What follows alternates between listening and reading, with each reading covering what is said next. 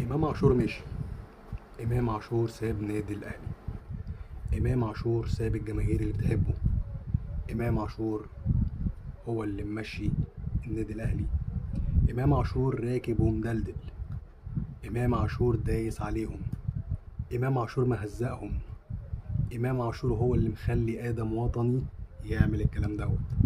ايوان ايوان زي ما بقول لكم. السلام عليكم ورحمه الله وبركاته، اصدقاء من درجه الثالثه. يا مساء الفل عليكم. اخباركم ايه؟ يا رب دايما تكونوا كويسين. اخبار كتير كتير كتير عن امام عاشور. امام عاشور امام عاشور عامل لهم خرم. امام عاشور عامل لهم خرم.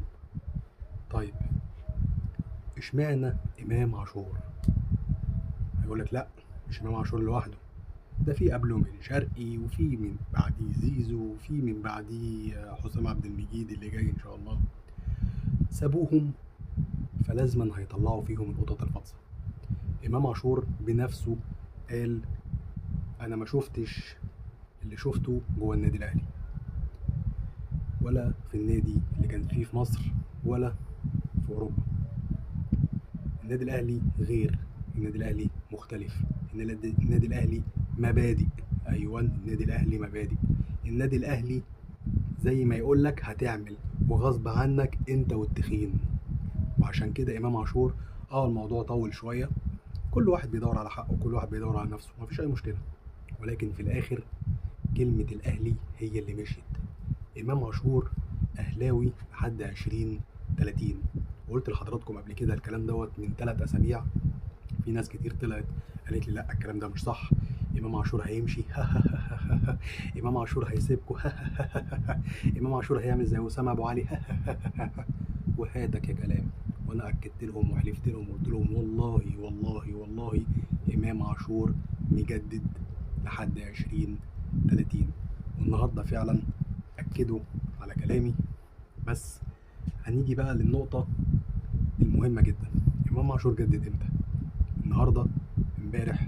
اول امبارح؟ لا، امام عاشور جدد من 3 اسابيع بالظبط. 3 اسابيع ويوم.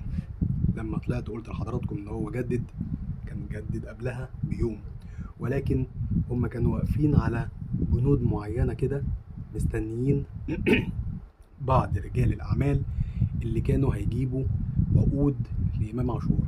عشان حضراتكم كلكم عارفين ان الاهلي خلى بند الاعلانات مش زي السنه اللي فاتت.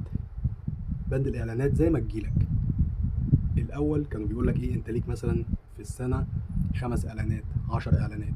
لا دلوقتي زي ما يجيلك، ان شاء الله يجيلك مليون اعلان، دي مش بتاعتي، انا هاخد نسبتي والباقي يفتح الله ليك. فهو ده البند الوحيد اللي كانوا واقفين عليه. وفعلا رجال الاعمال جم، هم 3 جم وخلصوا، وامام عاشور جدد ل 2030. السلام عليكم ورحمه الله وبركاته.